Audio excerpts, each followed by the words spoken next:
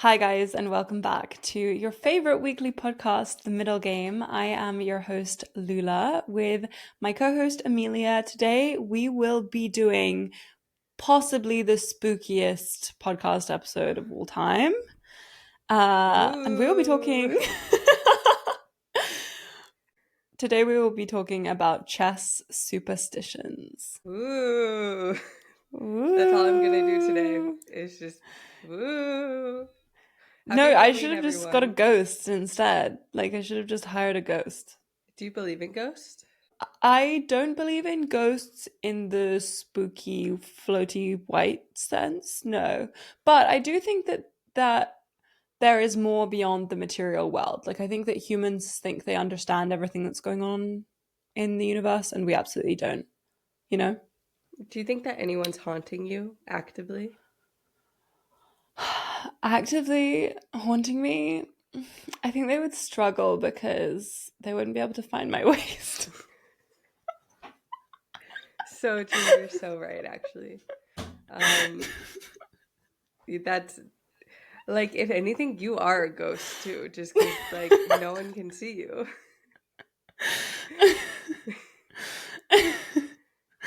um So, in honor of my favorite holiday, Halloween, we are doing a special themed episode. Amelia, is Halloween your favorite holiday?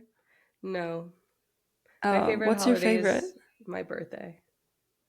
Okay, but that one doesn't actually count It does count. because otherwise, no, I would also say my birthday. But okay, aside from your birthday, Okay. what is your favorite holiday? Aside from my birthday, oh, that's a tough question. My birthday? Yeah, it's your birthday. It's my favorite holiday. No. But for real, what is your favorite Um, holiday? my favorite holiday is, I think, Thanksgiving. Very American, but I love eating, and I think that Thanksgiving, like food, just so good. We're given thanks for things we're grateful for, you know, pilgrims. Yeah, Yeah. I think that I love the turkey-based holidays as well. Even though I'm not American and don't technically celebrate Thanksgiving, I did host a Thanksgiving at my house last year because I have a lot of American friends in Paris. And one of my friends made banana pudding, which I'm told is Ooh, an American delicacy. it is. And it's actually so delicious. Like it was the first time I had it and I literally ate like the whole bowl. It was so good. It's like bananas with custard and whipped cream and biscuits, but Did she use like the little cookies. vanilla wafers? No, they don't exist here, but she used some kind So of sad. biscuit cookie that was like similar, but no, but it was so good. It was so yummy, honestly. So Hmm. yeah, I have very fond memories of my maybe two Thanksgivings that I've celebrated here in Paris. Very American. Very, Very very American. American. I love Mm, that for you. thank But I you. mean, I think too, in terms of what we're talking about today on the podcast, chess superstitions, do you find that Americans are more superstitious than Europeans? Do you think? No, personally, no. I think it probably varies country to country, but no, I don't think so. I think I know quite a few French people who are quite superstitious. But when I was doing a little bit of research from this episode, it does seem to be that sports people, like especially top level sports players, are very superstitious compared to your average person. For example, you have Tiger Woods, who, whenever he golfs on Sundays, he always wears a red polo. And apparently, it's because his mom told him when he was little that because he's a Capricorn, he's strongest when he's wearing red. So it's like his lucky charm. And then you also have Serena Williams, who wears the same pair of unwashed socks throughout a tournament. She also ties her shoes in a specific way and she bounces the ball a specific number of times before each serve, depending on which serve it is. So these are very specific superstitions, and I also read about a bunch of sports people who have like a lucky trinket or a mascot that they carry with them in their pocket or that they have at the tournament with them, and it's not at all uncommon. So I think that there's something about sports people who are quite superstitious.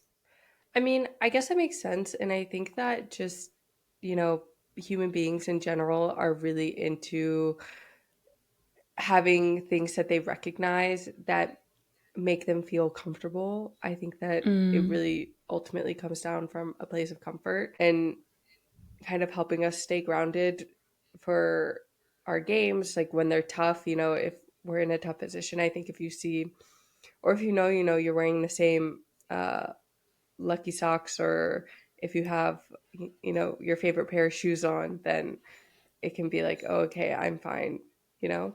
Do you have any Yeah, chess superstitions that you use at tournaments?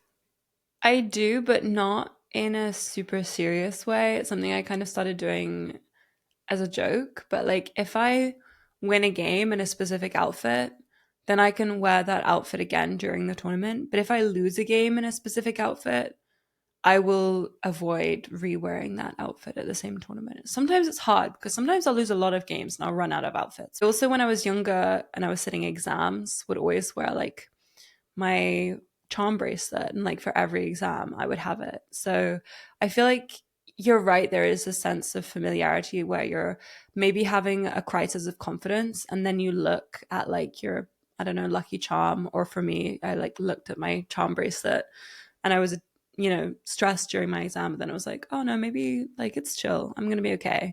When I went to Sligo, I didn't think I was going to develop any chess superstitions, and then I realized after the tournament that I was wearing the same pair of socks every single time that I went to play, because I mean, they're mostly just like my favorite pair of socks. I like how they fit on my foot, but like I Wow. just a little bit about me. But I think that it's really interesting to see different people and how they, especially in chess, I feel like it's one of those sports where you can actually have like kind of some good superstitions, especially with the pieces on the board. I see people all the time saying, "Oh, I have to have, uh, you know, my knights pointing one way. I have to touch all the pieces before I start playing." I think that it's never intentional that we start with this superstition. It always comes after. So you not intending to have the same socks like as your superstition. It just kind of happens naturally. And I was reading online about post hoc fallacy, which is basically when humans create a link between two things that doesn't exist. So like here is a non-sports or non-chess example, but like if the dog barks and then the power goes out, it's because the dog barked, which obviously is not true, right? They're completely unrelated events, but because they happened in a sequence, we'll create a connection. Especially if we're, a little bit superstitious or maybe we're a bit uneasy, we'll create connection between these two things. And so for me, it's like, oh, I wore this outfit when I won the chess game. So maybe the outfit played a role in my win. Like maybe I felt more confident, or maybe, I was more comfortable. And so you create these connections. And I think chess players, the recurring one is definitely about where the knights are facing. And I did a poll on my Instagram where I asked people about their chess superstitions, and we'll share the results with the listeners. But by far, the overwhelming response was having knights facing a specific way. But people do not agree on which way they're facing. So some people want them facing forwards. Some people want them facing to the left or to the right, or some people want them facing each other, so inwards. No one obviously wants the knights facing backwards. This is not a thing. um, Maybe it should be. uh, Maybe we should start a new superstition.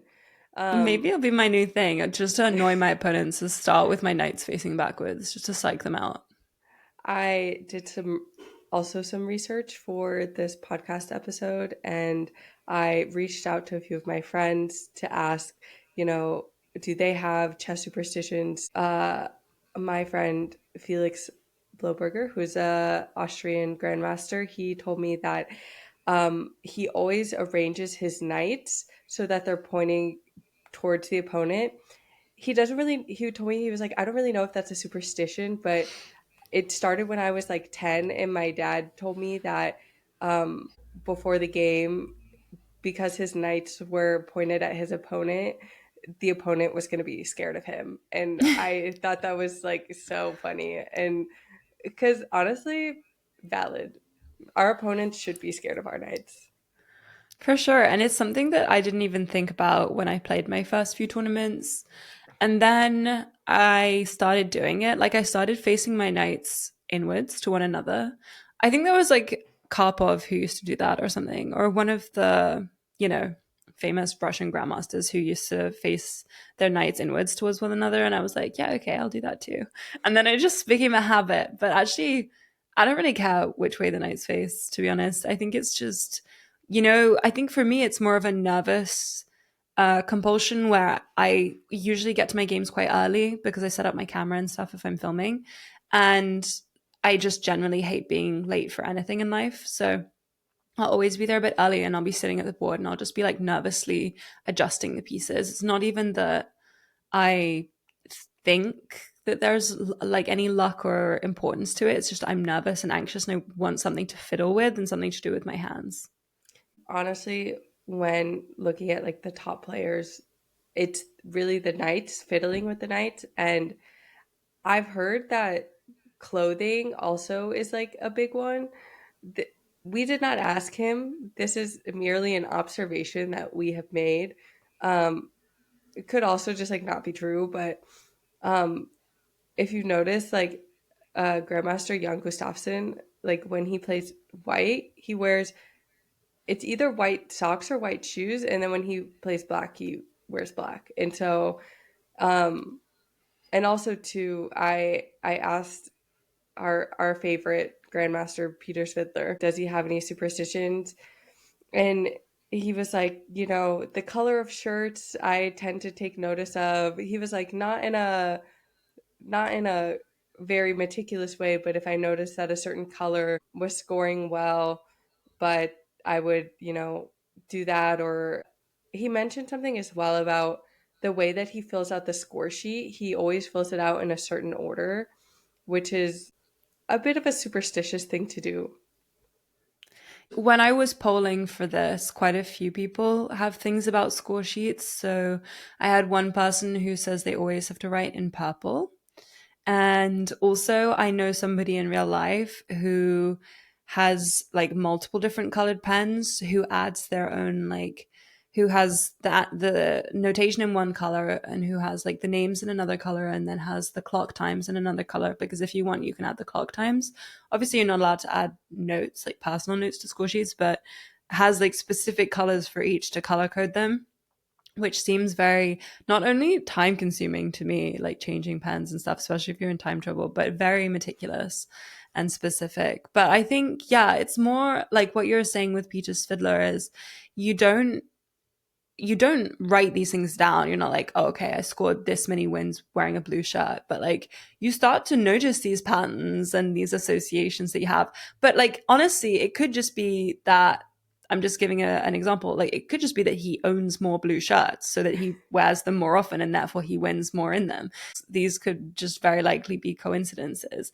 And the curious thing to me is that usually chess players, they pride themselves on being very rational people because in chess most things you can calculate down to the detail, so it's a very clear cut, what you see is the reality that you have game. But you still have these leanings towards superstition and towards like there being some external vibe, if you don't want to call it like a superstition, like there's some third party non-physical thing playing a role. Do you think that chess players do that because in reality, chess is predominantly a mental sport, and so maybe sometimes we get so nervous about the game, we need to say, oh, well, it wasn't me. It was the fact that I kind of like a scapegoat almost for, Oh, like I forgot my lucky charm, so I, was screwed from the start. Like it was just yeah. a off. Yeah. I don't know. I think yes, for sure in chess because it's so mental and we put so much pressure on ourselves to win. when we do fail, we look for other reasons. We say, oh, I was sick. Or, this is, oh, I was sick is the famous response to Susan Polgar from all of her male opponents. Like, oh, if I was well, if I was, on my top form, I would have beaten you. And like, people love to have these excuses to make up for their own human failings. And it's because we can't face the fact that we as humans are inherently flawed and will fail. We don't like that. When I was polling for this, we polled around 350, 400 people. So only 36% of chess players said that they had any chess superstitions. And 64% of people said they didn't have any chess superstitions. But I still think that this is quite a high percentage. It's more than 1/3. And like I said before, the predominant ones that we see are knights facing a certain way. Wearing a lucky color came up quite a lot. Using the same pen or a specific color pen. But a lot of chess players said that rather than superstitions, they have rituals, which they consider to be in like a different category. And they maybe don't like the idea or the connotations of superstition. I think that this is more it. That's really interesting that they don't want to refer to their stuff as superstitions, but rather than rituals. Did they say anything specific about the rituals that they have? Yeah, and a lot of people, there are physical things where during their game they always have to have like the same snack, like they'll always bring chocolate and they'll always have coffee, and they will never deviate from that. And I think it's like you were saying before, we need that sense of comfort and a sense of continuity, because in the chess game it's very hard to predict what will happen. You might have an inkling for what the opening will be, you might even have some opening preparation, but you never can predict what will happen in a chess game. And so having the predictability outside of the chessboard, I think, offers a lot of comfort and puts people psychologically in a good space to play their best chess. What I noticed when I went to Sligo is that I brought a lot of snacks. I like snacking. And I noticed that whenever I felt like I was in a difficult position or I was stressed, I would go and eat a snack, which is in general not a healthy habit. Like, we should not be stress eating. But at the time, it was, I think, fine. Your brain's using a lot of energy. You need a lot of brain power. I think I can agree with that it kind of helped me feel more grounded. Like, okay, I have the energy, I have the brain power to actually analyze this position. I always get nervous though about drinking too much water during the game because I hate having to go to the bathroom when I'm at the tournament or when I'm playing. But I think the fact that people have kind of these rituals is really fascinating. Yeah, and I think that there are kind of things that you learn are good practices, and then you subconsciously just incorporate them to your routine. So like Mr. Dodgy told me once that as soon as you reach move 40 and you get that extra time, you should stand up, leave the board, get a snack, and walk around. And so like this could very easily become a ritual, where every game I do that, and every game I do like the same sequence of movements. I don't, because I'm just generally a really anxious person, and so I'm always worried when I've played move 40 that it's actually move 39 and I'm still going to flag. But a lot of people do say that psychologically their mindset is very important. And so I had one response to the poll, which was that they believe for some reason that if there's any disturbance during your game, that you won't win. Like they believe that I guess if there's like some noise or some pause or something, that somehow they're no longer going to win that game, which is a very extremely, non-physical and psychological superstition. I would call that a superstition because it doesn't have a basis in reality. I mean, in theory, both you and your opponent would have their concentration broken, so you would still be on an equal footing to both win. But a lot of people, they do have their routines and their rituals, and it might just not be that deep. Like a lot of people said they have to listen to music on the way to the tournament. Or some people even said that they like to wear chess themed clothing to go to chess tournaments. And even if it's just like a little like badge or a hat or something, they always have something chess themed. And I think that for a lot of people, it doesn't go beyond the just kind of fun, quirky nature of wanting to do these things to thinking, oh, if I don't do these things, aka like I will have bad luck or something bad will happen, or that kind of thing, which is obviously good because it's not healthy to think, oh, if I forget my lucky charm, I'm just going to lose today, because that outlook already puts you in a worse starting place for playing that game, because you have to believe in yourself to win at chess. Chess is extremely psychological, and that's why I think these superstitions are so interesting, because you really have to want to win at chess. You can't always just rely on the moves. I know a lot of grandmasters say, like, you just play the best moves and you'll win. But there is a degree of fight and willpower and psychological strength required to continue playing the best moves and to be able to win. So I think that actually it's very entwined with our kind of mood and beliefs. Speaking of psychological superstitions, should we deep dive into why Mr. Dodgy always buys new socks for chess tournaments? He told me once that if he could wear new socks every day of his life, he would. That's so do you think that that's a psychological, does it come from a superstitious place, or does it come from it's just kind of a weird Mr. Dodgy thing? No, I think it's the kind of greed they talk about in the Bible. Look, it feels good to wear new clothes. It makes us feel like we're also new in a way, like wearing new Sometimes socks. I like to buy sometimes I like to buy new outfits for my chess tournament. I don't know about you, but I like to go shopping and get a cute new outfit, and I think that makes me feel really confident for my chess games because I look cute. I remember for Sligo, I bought these like cute beige pants, and I Hmm. wore it with my favorite purple sweater, which is my favorite color, and I felt really cute in my outfit, and I was like, I'm ready to go play some chess. Yeah, my first ever chess tournament, I also bought new outfits for it. Now looking back at those outfits, I cringe immensely. Like I look back at the outfits I've worn to chess tournaments, and I'm like, why would I wear that?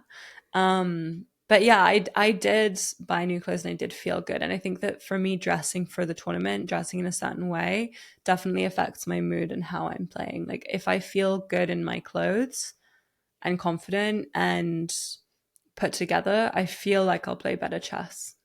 I don't know if So it's true though. So, do you think that FIDE ultimately is just supporting chess superstitions by not allowing people to wear jeans, being like, you guys have to dress up to play your best chess? Look, I get it. I mean, there are theories, like there are psychological studies which show that I think if people are wearing shoes, they feel more like productive and motivated and like ready to work.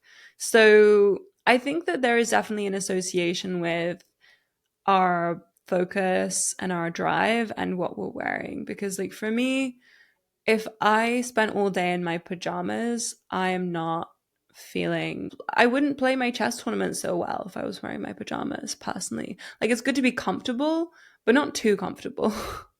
Yeah, I understand what you mean. I think jeans honestly are fine, and it's more kind of just a matter of for me, I don't think I wore jeans throughout the whole tournament in Sligo, but I think dressing up makes me feel better. It makes me feel more confident.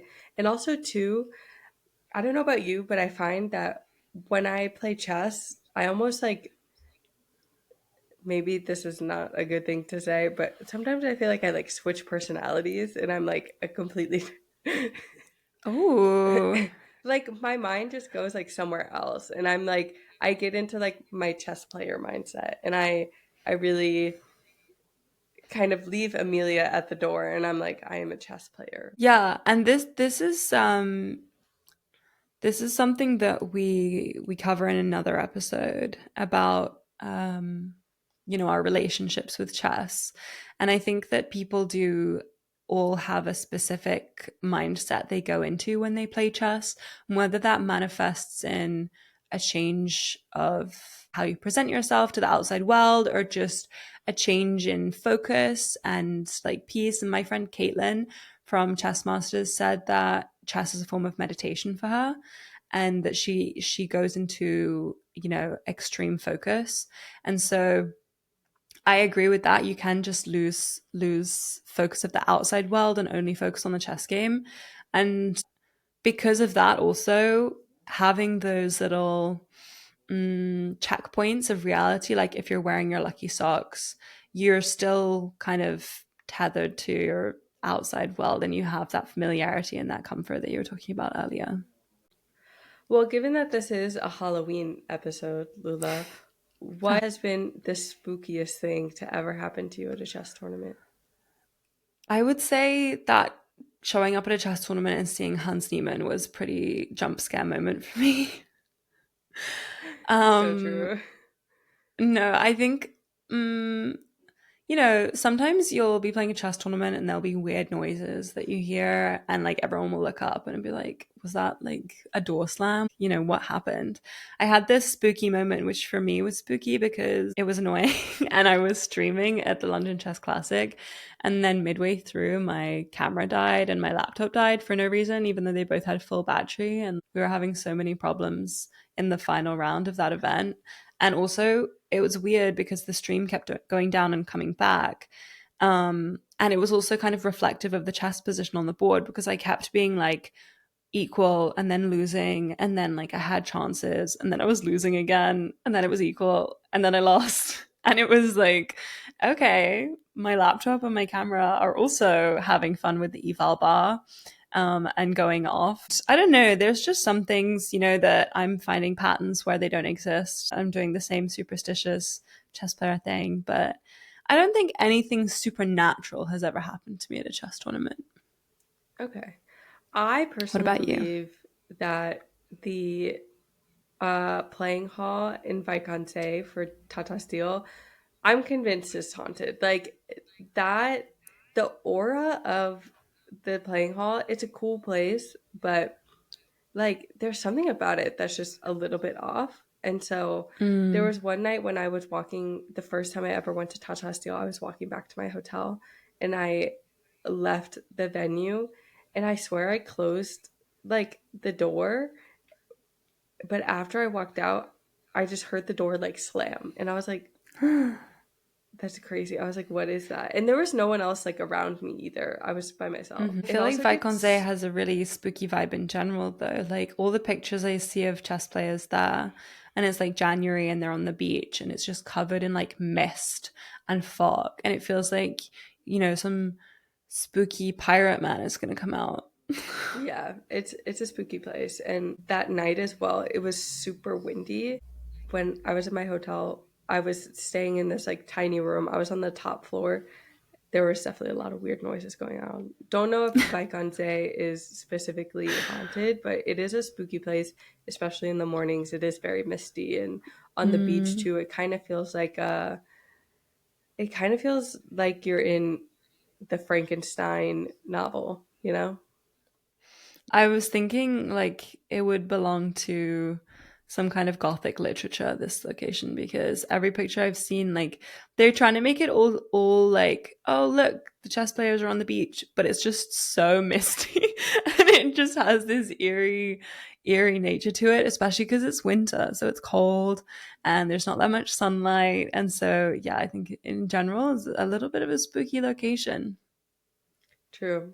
I hope that this Halloween, our listeners aren't experiencing anything too spooky and that their future chess endeavors remain nice and neutral and they get to do all of their chess superstitions as much as they want. I think we need a Tiger Woods of chess that, well, okay, That cheats on his wife. no, I mean more that like, is very clearly superstitious and like wears a red shirt every Sunday. Maybe we need to do like a deep analysis of all of the chess players' outfits and see if there's any superstitious, you know, recurring themes that we've missed. I agree. Hmm. But also, just for our listeners, if you are experiencing anything spooky, just know that Amelia has taken up her new calling as an Etsy witch, and you can now pay her Have a low I? price of $5.99 to remove any and all hexes that may be on your chess openings at this time. Absolutely. Dodgy and I are in our Etsy witch and Etsy warlock era. So let us know. We'll set up an Etsy page. Leave a comment down below, and I can get all the curses off of your chest openings. Yeah, but you have to go to Mr. Dodgy for the chess end games if you need your curses lifted from that. The middle Yeah. games, you can ask me, but honestly, I can't guarantee anything. Do you think that any there's anyone in the chess world who's like a side gig is an Etsy witch? There must be an Etsy witch out there who plays chess, but I wouldn't say that they're probably like big into the chess world because I don't know. I feel like you can spot an Etsy witch in the wild. They give off this supernatural energy. Obviously, maybe it should be our new thing. Be chess, but like specifically for chess players for removing chess hexes. I agree. I think we've established a gap in the market. Yeah, this is big. We gotta jump on this. Yeah. Etsy page coming soon, guys. Thank you so much for listening to this episode and happy Halloween. I hope you have fun. Comment down below what you are going as. Personally, I will be going as the bishop pair with Amelia. That's our matching costume. And make sure to follow us or subscribe, depending on the platform you're listening on. And we will see you next week. Bye, guys. Bye.